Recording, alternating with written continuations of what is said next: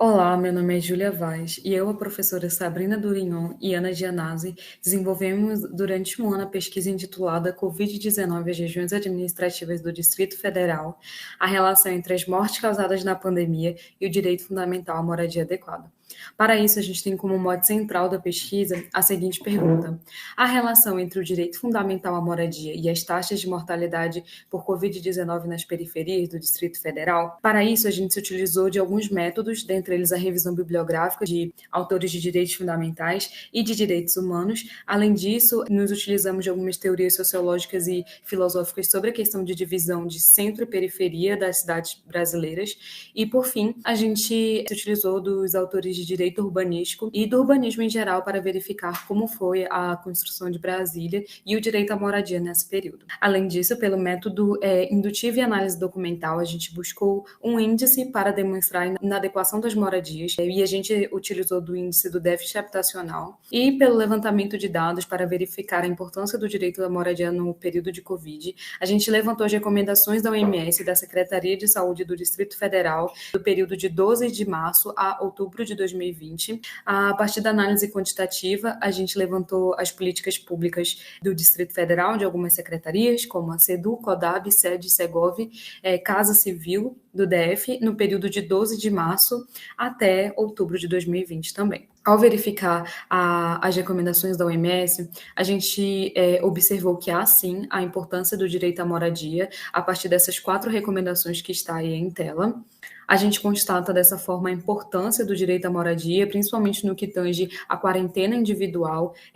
que prevê um local arejado, com a possibilidade de distância física entre os membros, além de acesso a serviços básicos como saneamento, água, esgoto, entre outros. Já nas recomendações da Secretaria de Saúde do Distrito Federal, infelizmente, a gente só encontrou recomendações estritamente direcionadas para os servidores públicos, mas não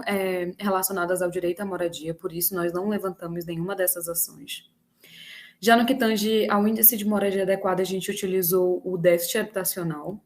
E ao verificar o déficit habitacional por região administrativa do Distrito Federal, a gente constata que as regiões periféricas são as regiões que têm maior déficit habitacional, como, por exemplo, Ceilândia, que está em primeiro lugar, Taguatinga, Samambaia e Planaltina.